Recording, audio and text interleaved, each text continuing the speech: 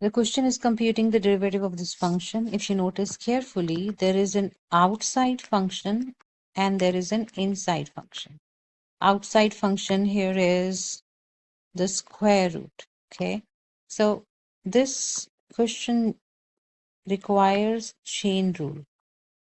Chain rule is if we have an outside function and there is an inside function, let's say this is y, then derivative is you differentiate outside function keeping inside as is times then you differentiate inside function. Okay, so this is your chain rule.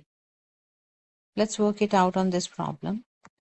In this question, the outside function is the square root, right? So let's remember if what is the derivative of square root x? That's 1 by 2 root x. So the derivative of square root is 1 by 2 root. Inside function stays as is. You do not touch that. Times the derivative of inside. Now you write inside here and derivative of that. Okay. So this part is already done. You just need to copy that. Times the derivative of inside is 4x cubed. Now I think 2 times 2 is 4. So that means answer is 2x cubed divided by square root of x4 plus 1. Okay. Part B function is secant of x to the power 4. Now you have to see this function as secant of x to the power 4. There is an outside function which is secant and there is an inside function which is x4. So again, chain rule problem. We need to find the derivative of outside function. So to remind you, the derivative of secant x formula was secant x times tangent x. So in this case, you will write secant of x4 times tangent of x4. This part is the derivative of outside function, which was secant, keeping inside as is, times derivative of inside.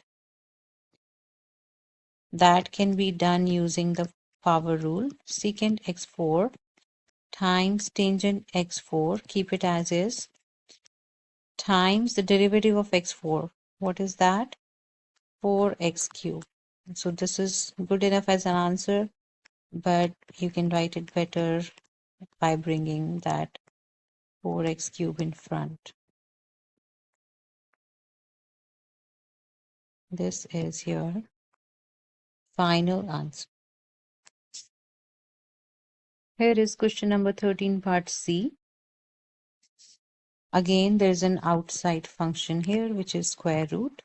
So when you find the derivative, chain rule is written here. Derivative of outside function, derivative of root is 1 by 2 root x. So that's going to work here, 1 by 2. But inside thing doesn't change. Inside thing you're going to write as is. Just basically copy that. Okay. Times now you need to write the derivative of inside. What is inside? Sine square x plus 4x. Now, this question here is an example of repeated chain rule. When you need to look at this thing here, this thing is basically sine x whole square. So there is again outside function. So when you differentiate sine x whole square, power rule applies first. 2 times sine of x times the derivative of sine x inside function plus derivative of 4x is just 4. Okay, let's write all this down. 1 by 2 sine square x. This you just need to copy. Okay, you can't leave it. 2 sine x. Derivative of sine x is cosine x plus 4 we already did. This is your final answer. Or you can do one more thing here. You see 2 is in both of the things. You can factor out 2. We will have sin x cosine x plus 2 divided by, and you can cancel this out. Once it cancels out, you can erase it, and this is your final answer. Here is the last part of question 13. Y is equal to tangent square n theta. You need to see it as tangent n theta's whole square. So most outside function is power 2. When you apply chain rule, we need to apply power rule first. 2 comes down times tangent n theta, okay, times the derivative of tangent n theta. Inside function was tangent n theta. 2 tangent n theta. Do you remember the derivative of tangent x was secant square x?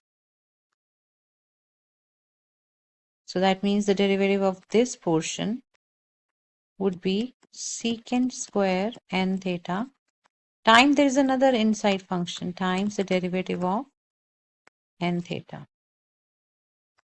So let's write that down. 2 tangent n theta times secant square n theta times derivative of n theta is just n.